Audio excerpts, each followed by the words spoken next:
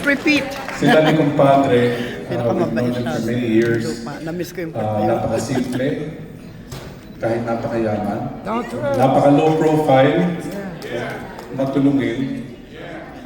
Alam mo, kumpadre, consciously and unconsciously, marami kayong natulungan, nakasaya, at napaganda ang buhay, hindi lamang dito sa Amerika, lalo-lalo na sa Pilipinas. Tulad ng sinabi nga kanina, she has a foundation, and every year she would go back to the Philippines. She would personally buy materials and other goods that they would donate to children. Sa Dipo. So, tumatawad pa yan. Tumatawad pa yan. Para lang siguradong hindi lang mura but de kalidad ang mga binibigay ng mga bagay sa mga estudyante.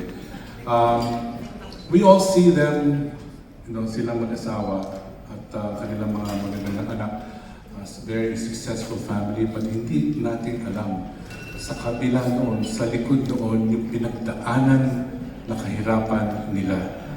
Ilang taon silang nagtiis, ilang taon silang nagtsaga, at because of their kindness, by the grace of our Lord, they are now enjoying the abundant blessings that they are not just having, but ultimately being shared back to the people. No?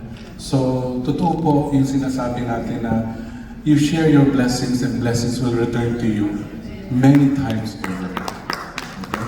So, ang masasabi ko lamang, kumpadre, on behalf of my kids and si Lilat, may you continue to enjoy all the blessings and graces you, Padre, and your family so richly deserve. Isang masaya, isang maalam, at isang memorable birthday celebration sa iyo. Maraming salamat.